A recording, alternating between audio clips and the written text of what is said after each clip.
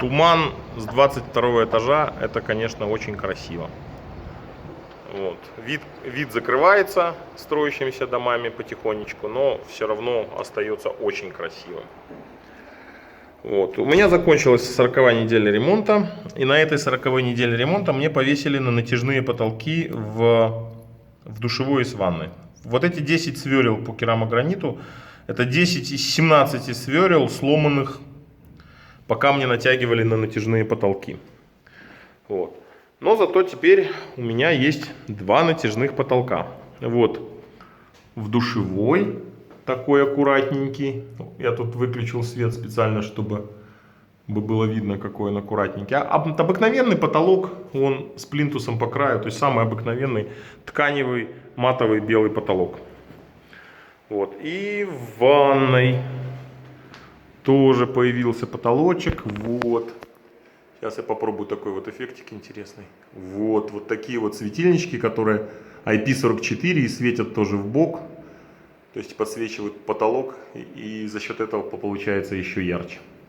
Вот. И на это на все потратилось 17 сверел. Значит, маляр потихонечку заканчивал работу, там немножко подклеивали они обои по чуть-чуть, потому что там где швы и так далее.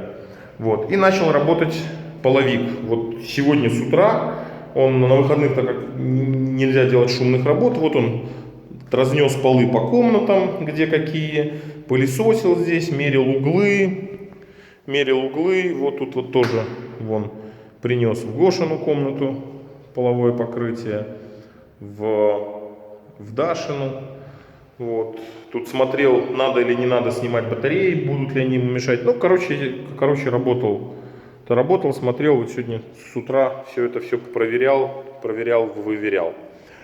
Вот. Очень много мне интересного рассказал про то, как полы, как они делаются и так далее. Было очень интересно. И я в очередной раз убедился, что ремонт, очень многие решения принимаются с самого начала, и ты с этими решениями живешь. Потому что вот сейчас, знаю уже то, что я знаю сейчас, я бы принимал другие решения пополам.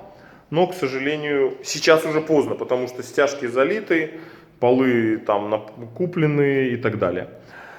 Вот, 40-я неделя ремонта, уже можно рожать ребенка на 40-й неделе. Появились натяжные потолки, начал работать половик. Ремонт продолжается.